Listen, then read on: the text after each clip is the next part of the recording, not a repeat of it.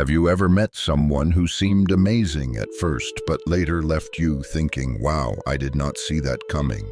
The truth is, people reveal their true colors all the time. You just have to know where to look. Today, I'm sharing signs to instantly uncover who someone really is, from how they treat strangers to how they handle your success. These subtle clues can save you from heartbreak, toxic friendships, or even bad business deals. So grab a notebook or just your mental checklist, and let's decode the real personalities hiding behind the masks. Ready? Let's go. 1. Pay attention to their reaction to your success. Let's get real. This one cuts deeper than most of us are willing to admit. Success has a way of shaking up the dynamics in any relationship. It's not just about what you accomplish, it's about what your success reveals in the people around you. And sometimes that revelation is not what you hoped for. When you achieve something, whether it's a big milestone like starting your dream career, hitting a fitness goal, or even a small victory like learning a new skill, it feels natural to share that joy. You want your loved ones to celebrate with you, to be as excited for you as you are for yourself. But what happens when their reaction doesn't match your expectations? Let me paint a picture for you. Imagine you've been grinding for months on a project, pouring in late nights and sacrificing weekends. Finally, your hard work pays off. You get that promotion or hit a big milestone. You're buzzing with excitement, so you tell your best friend. You expect to hear, "That's amazing, I'm so proud of you." Instead, you get, "Wow, must be nice. Some of us aren't so lucky." Sound familiar? It happened to me. I'll never forget the day I told someone close to me about a huge achievement I'd worked years for. Their response: a forced smile followed by a quick pivot to their own struggles. No congratulations, no genuine excitement, just discomfort disguised as indifference. At first, I blamed myself. Did I share the news wrong? Was I bragging? But then I realized their reaction wasn't about me at all. It was about what my success triggered in them. This is the uncomfortable truth about success. It doesn't just bring joy, it exposes insecurities. When you win, it forces the people around you to reflect on where they are in their own journey. For some, that reflection is empowering. It inspires them to work harder, dream bigger, and support you even more. For others, it creates resentment. Your success highlights their fears, failures, or insecurities. Now here's the controversial part. Not everyone who fails to celebrate you is a bad person. Life is messy. People go through their own struggles, and sometimes they just don't have the emotional bandwidth to show up for you. But if someone consistently downplays your achievements, dismisses your joy, or shifts the conversation to themselves, it's a sign that they're struggling to handle your growth. Here's another layer to this: pay attention, not just to what they say, but to how they say it. Are their congratulations genuine, or do they feel forced?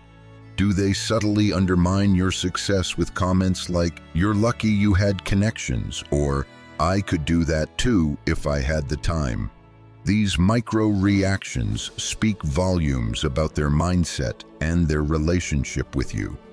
I want to emphasize something here. Success doesn't always mean a big paycheck or a flashy lifestyle. Sometimes it's something as simple as choosing happiness, setting boundaries, or prioritizing your health. Even those choices can make others uncomfortable because it reminds them of what they're not doing. For example, I once decided to take a break from a toxic environment. It wasn't easy, but it was necessary for my mental health. When I told someone close to me, their reaction was lukewarm at best. They couldn't understand why I would quit something others envied. In hindsight, their inability to celebrate my decision wasn't about the decision itself. It was about their fear of making a similar leap in their own life. Now, let's turn the lens inward for a moment. How do you react to other people's success? It's easy to focus on how others treat us, but what about when the roles are reversed? Maybe your friend gets a promotion while you're stuck in a job you hate. Maybe your sibling buys their dream home while you're struggling with rent. It's natural to feel that pang of jealousy or self-doubt, but how you respond matters. Do you let those feelings fester, or do you push past them to genuinely support the people you care about? This is where the deeper lesson lies. Success is a test for both you and the people around you. It tests your relationships, your values, and your ability to rise above pettiness. It's a mirror that reflects the truth, whether we're ready to see it or not. So what do you do when someone shows their true colors in the face of your success? Start by setting boundaries. It's okay to distance yourself from people who consistently bring negativity into your moments of joy. At the same time, recognize that not everyone is in a place to celebrate with you, and that's okay. You don't need everyone's approval to validate your journey. On the flip side, commit to being the kind of person who celebrates others. Clap for your friends, even when you're not where you want to be. Cheer for your family, even when success feels light years ahead of yours. Because here's the truth. There's enough room at the table for everyone to win. Someone else's success doesn't diminish your own potential, it amplifies it. In the end, success isn't just about what you achieve, it's about what it teaches you. It reveals who's in your corner, who needs space to grow, and who you're becoming. And the most powerful lesson, true joy, is found not just in reaching your goals, but in celebrating the wins, yours and others, along the way. So the next time you hit a milestone, pay close attention. The people who light up for you are your real ones. Keep them close. For everyone else, let them go with grace. Success is a journey, and you deserve to walk it with those who genuinely want to see you thrive. To observe how they handle power. Power is one of the biggest truth tellers. Whether it's the power to make decisions, lead a group, or even control a small situation, how someone handles power reveals the core of who they are. Because here's the thing, power doesn't corrupt people, it amplifies what's already inside them. If they're kind and empathetic at heart, power will make them more generous. But if they're insecure, controlling, or selfish, power will magnify those traits like a spotlight. Let me start with a personal story to drive this home. Years ago, I worked under a manager who had just been promoted. At first, they were friendly and approachable, the kind of person you could grab coffee with and have a good laugh. But the moment they were handed a little authority, everything changed. Suddenly, every email had a tone. Every meeting felt like a lecture. Every minor mistake became a teachable moment for the entire team. The power went straight to their head, and it was exhausting to be around. What struck me most was how unnecessary it all was. Instead of using their position to uplift and empower the team, they used it to assert dominance and feed their ego. And guess what? It didn't make them more respected. It made everyone resent them. That's the ironic thing about power. The more you abuse it, the weaker you actually look. On the flip side, I've also had the privilege of working with leaders who treated their power like a responsibility, not a weapon. They used it to create opportunities for others to listen to. Lead by example. One mentor of mine used to say, "If your position makes you feel bigger, it's time to check your ego." Power should feel heavy, not make you feel tall. That stuck with me because it's so true. Real power is about service, not superiority. But it's not just about leaders or managers. Power dynamics exist in every relationship: friendships, families, romantic partnerships. Ever noticed how some people switch up the moment they feel they have the upper hand? Maybe it's a friend who suddenly becomes bossy when you're relying on them for a favor, or a partner who takes advantage of your vulnerability during a disagreement. These moments might seem small, but they reveal a lot about someone's character. Here's the controversial part: how someone handles power, no matter how big or small, can be a deal breaker. If they use it to control, manipulate, or belittle others, it's a red flag that shouldn't be ignored. Some people might argue, oh, they're just stressed, or they're figuring it out. Sure, we all have bad days, but consistent abuse of power isn't a personality quirk. It's a choice. I've seen this play out in friendships too. A friend of mine once landed in a position where they were in charge of organizing a community project. I was thrilled for them, finally their chance to shine. But as the project unfolded, they became insufferable. Every decision had to go through them. Every suggestion was met with resistance, and if someone dared to question them, forget it. They turned into a dictator over a bake sale. It was eye-opening because their behavior wasn't about the project. It was about their need to feel important. And let's not forget the micro-power dynamics we see every day. Watch how someone treats a waiter, a cashier, or anyone they think they have power over. Are they kind, patient, and respectful, or do they act entitled and dismissive? I once went on a date with someone who was overly charming to me but snapped at the server when their drink order took too long. That was the last date we ever had because that one moment told me everything I needed to know. Here's the deep message: power doesn't create character, it reveals it. It's like peeling back the layers of an onion. What's underneath is what's real. And while not everyone will wield power perfectly, how they handle it in the small, everyday moments is a preview of how they'll handle it when it really matters. Now here's where it gets personal. Ask yourself, how do I handle power? It's easy to point fingers, but this is a two-way street. Maybe you're the one with a little authority at work or the upper hand in a relationship. Do you use that power to uplift others, or do you let it feed your ego? It's uncomfortable to think about, but necessary. I'll admit there have been moments in my life where I've let power get to my head.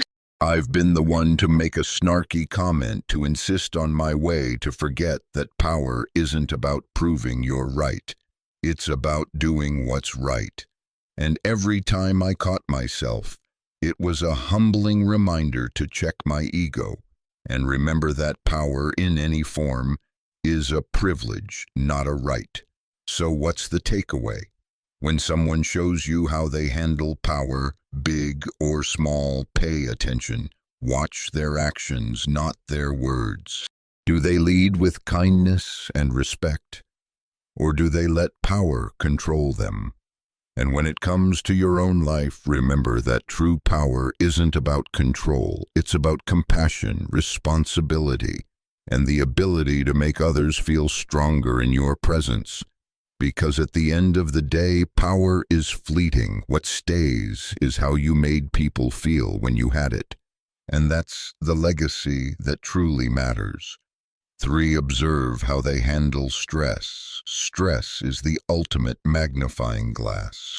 It enlarges whatever's already inside someone, whether it's kindness, patience, or anger. When life gets tough and the pressure's on you, really start to see what people are made of. That's when their true colors come out, and sometimes it's not the beautiful rainbow you were hoping for. Let's be honest. Nobody handles stress perfectly. We all have our moments where we snap, shut down, or spiral. But there's a big difference between someone who occasionally struggles and someone who consistently uses stress as an excuse to treat others poorly. How a person handles their hardest days is a direct reflection of their character, plain and simple. Here's a personal story that still sticks with me. I once had a friend who was the life of the party, always cracking jokes and radiating good vibes. But when they were under stress, whether it was work, deadlines, relationship drama, or family issues, they became a completely different person. They'd lash out, shout, make cutting remarks, and then blame it all on their stress. "You know how I get when I'm under pressure?" they'd say like that, excused everything. At first I gave them the benefit of the doubt. We all have bad days, right? But over time, I realized their bad days were just their real personality slipping through.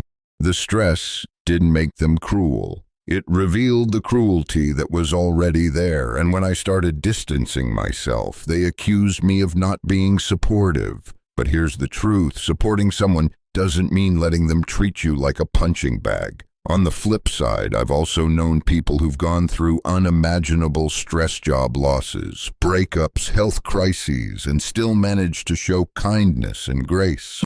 One friend of mine lost their job unexpectedly and was barely scraping by for months. You'd think the stress would break them, but instead they became even more compassionate. They started volunteering at a food bank, saying, "If I'm struggling, imagine what others are going through." That's the kind of person you want in your life. Someone who rises above their circumstances, not someone who lets stress turn them into a monster. Here's where it gets controversial. People love to say you can't judge someone when they're under stress, but I disagree. Stress is exactly when you should pay attention, because that's when the masks come off. It's easy to be nice when everything's going your way. The real test is how someone acts when they're late for a flight, stuck in traffic, or facing a tough decision. Do they keep their cool, or do they explode and take everyone down with them? And let's not forget the everyday stress tests, like how they handle minor inconveniences. I once dated someone who seemed sweet and charming until we faced something as trivial as a long line at the coffee shop. They'd roll their eyes, complain loudly, and even snap at the barista for taking too long. That may seem small, but it was a red flag waving in my face. If someone can't handle a little stress without falling apart, how are they going to handle the big stuff? Now, before we get too judgmental, let's turn the lens inward. How do you handle stress? Because let's face it, we've all had moments we're not proud of. Maybe you've snapped at a loved one during a hectic day, or ghosted a friend when life got overwhelming. That doesn't make you a bad person. It makes you human. The key is to recognize those patterns and work on them. I remember a time when I was juggling too many responsibilities, work deadlines, family commitments, and a personal crisis. All at once, I was so stressed that I started snapping at the people I cared about most. One day, my best friend called me out saying, "I get that you're overwhelmed, but it's not fair to take it out on me." It was a wake-up call. Stress isn't an excuse to hurt others, and I had to own that. Here's the deep truth. Stress doesn't justify bad behavior, but it does explain it. The question is, what do you do with that explanation? Do you use it as an excuse to keep lashing out? Or do you see it as an opportunity to grow? Now, here's the big takeaway. Stress doesn't just reveal who people are, it also shows you who they value. Pay attention to who they snap at and who they protect when the pressure's on. Do they take their frustration out on the people closest to them, or do they make an effort to shield others from their stress? That says everything about their priorities and their character. At the same time, give yourself grace when you're the one under pressure. Nobody's perfect, and learning to handle stress is a lifelong journey. The goal isn't to be flawless, it's to be self-aware. If you catch yourself slipping, take responsibility and make it right. Because the real measure of character isn't never making mistakes. It's how you handle them when they happen. So the next time someone shows you how they act under stress, don't ignore it. Whether it's a friend, partner, or colleague, their reaction isn't just a one-off. It's a glimpse into their true self. And if you're the one feeling the pressure, remember this. Stress will test you, but it doesn't have to define you. Who you become under stress is a choice, and that choice can either strengthen your relationships or shatter them. In the end, stress is life's way of asking, who are you really? Answer wisely. 4. Test their reaction. 2. No. Here's a truth we don't talk about enough. If you want to know someone's true character, tell them no. It's one of the simplest yet most powerful ways to see who they really are. Will they respect your boundaries, or will they push back, guilt-trip you, or even lash out? Because how someone reacts to being denied something isn't just about that moment. It's a direct reflection of their maturity, their respect for you, and quite frankly, their level of entitlement. Let's get personal. I once had a friend who loved to plan group trips. Sounds great, right? Except they had a habit of picking destinations that were wildly expensive and inconvenient for everyone else. One year I had to decline because the timing and cost just didn't work for me. When I told them no, their response wasn't, "Oh, I understand." Instead, it was a full-blown guilt trip. Wow, so you don't care about spending time with us. I guess I'm the only one who values this friendship. It wasn't just disappointing, it was revealing. That single no showed me how conditional their kindness really was. And let's not sugarcoat it. Some people treat no like a personal attack. They'll act offended, throw tantrums, or try to manipulate you into changing your mind. Why? Because your boundaries make them uncomfortable. It's not about what you're saying no to. It's about the fact that you're asserting yourself, and they don't like losing control. Here's where it gets controversial. A lot of people think you owe them a yes, whether it's a favor, your time, or even your energy. They'll act like saying no is a betrayal. But the harsh truth is this: you don't owe anyone your agreement. Boundaries aren't selfish, they're necessary. And anyone who can't handle that isn't someone who values you. They value what you can do for them. On the flip side, there are people who handle no with grace and maturity.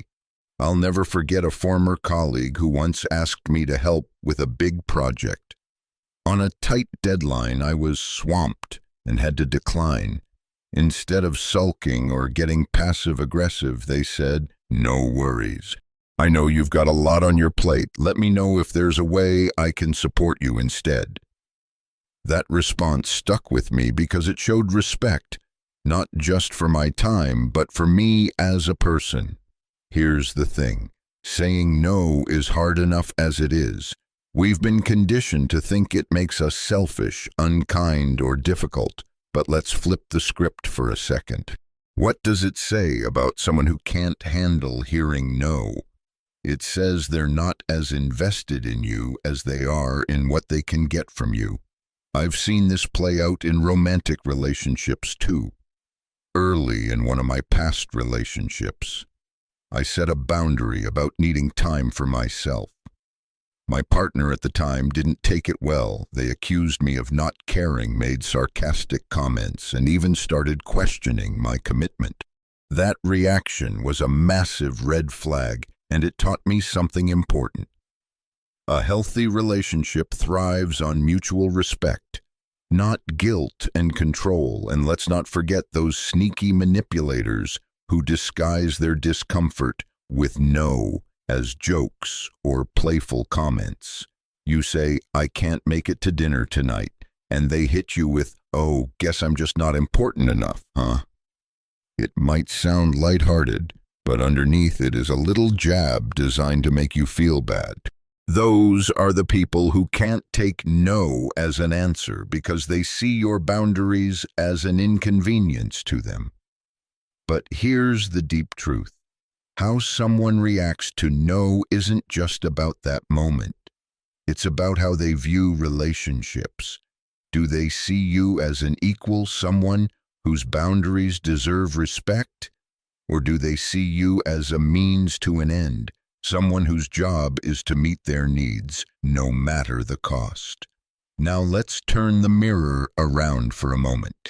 How do you react when someone tells you no? Because it's easy to expect respect from others, but are you giving it in return? I'll admit there have been times when hearing no stung, like when a friend declined my invitation, or when a colleague turned down my help. My gut reaction was to feel rejected, but I had to remind myself their no wasn't about me. It was about their own needs and boundaries. This is where growth happens. Learning to accept no gracefully is just as important as learning to say it. It's a sign of emotional maturity and respect for the people in your life. So what's the takeaway? The next time you tell someone no, pay attention to their reaction. Do they respect your decision, or do they try to make you feel bad about it? And when someone says no to you, take a moment to reflect on how you handle it. Because ultimately how we respond to no is one of the truest tests of character. At the end of the day, boundaries are about love. Love for yourself and for others. Saying no is an act of self-respect, and accepting no is an act of respecting someone else. It's not always easy, but it's always worth it.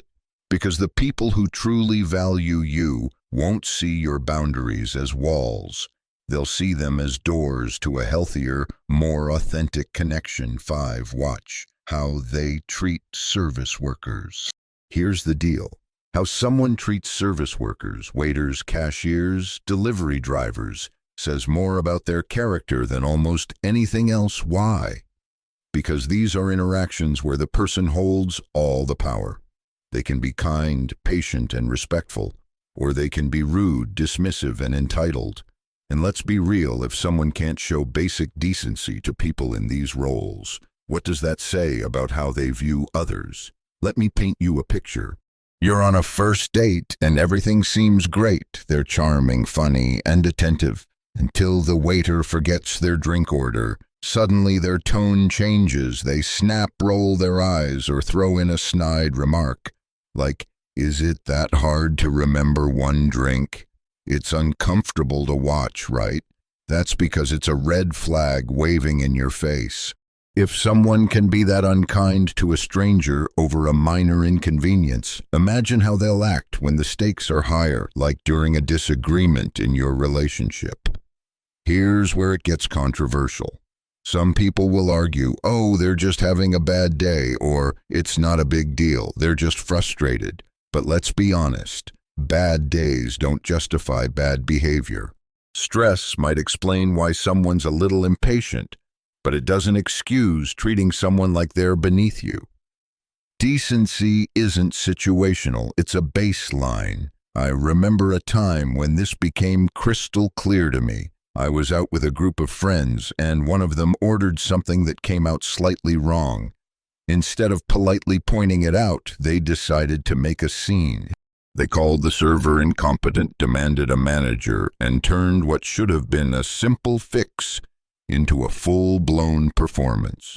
The rest of us were mortified, but what struck me most was how unnecessary it all was. They could have handled it with kindness and still gotten the right order. That moment taught me everything I needed to know about their sense of entitlement, and it wasn't pretty. Now let's flip the script. I've also had the privilege of knowing people who treat service workers like gold, no matter what. One of my closest friends is the type who remembers the names of baristas' tips generously and thanks delivery drivers like they just saved her life. Watching her interact with people is a reminder that kindness costs nothing, but it means everything. It's not about the tip or the thank you. It's about recognizing someone's humanity, no matter what their job is. Let's get even deeper. The way someone treats service workers isn't just about that interaction. It's a window into how they view the world. Do they see people as equals deserving of respect? Or do they see them as obstacles, tools, or the help? This isn't just a character test, it's a values test. And let's not forget the everyday moments that reveal so much. Ever been with someone who refuses to say thank you at a drive-through or acts like a store clerk's greeting is beneath them? These aren't just minor oversights, they're insights into how someone treats others when they think no one's watching. Spoiler alert, if they can't muster basic manners. In these situations, they probably won't in more important ones either. Here's a personal story that still makes me cringe. I once worked in retail during the holidays, a stress test for anyone's patience. One day, a customer came in furious that the item they wanted wasn't in stock.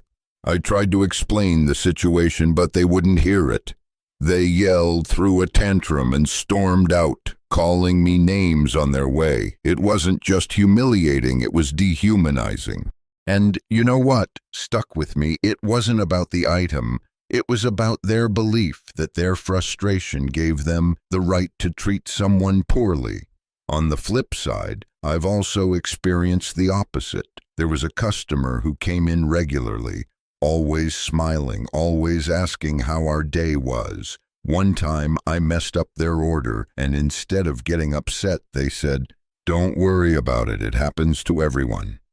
That simple moment of grace made my entire day better. It's proof that kindness isn't just about what you give, it's about how it makes others feel. Now let's bring it back to you. How do you treat service workers? Because this isn't just about spotting red flags in others, it's also about checking your own behavior.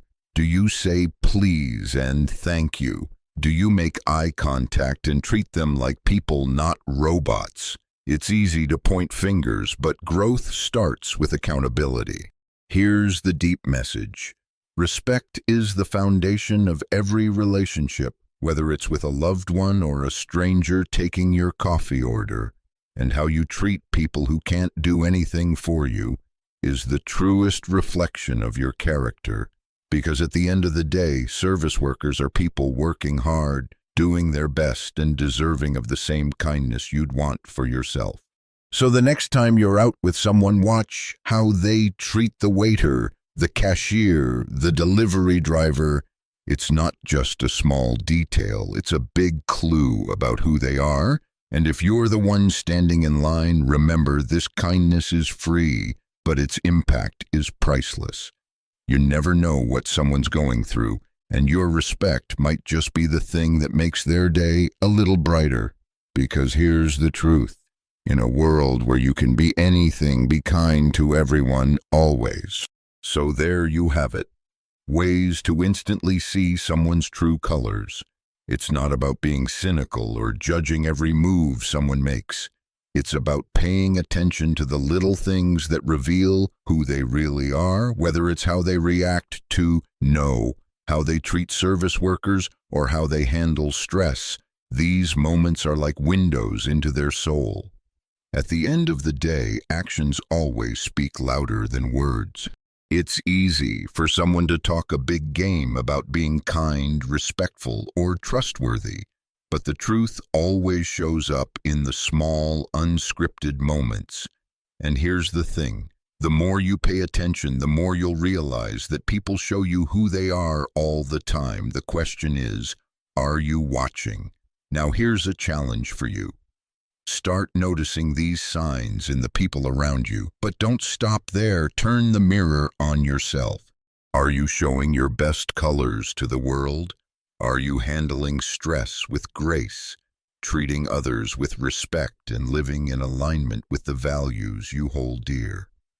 If you've enjoyed this deep dive into the little signs that reveal big truths, don't forget to like, subscribe, and share this message with someone who needs to hear it.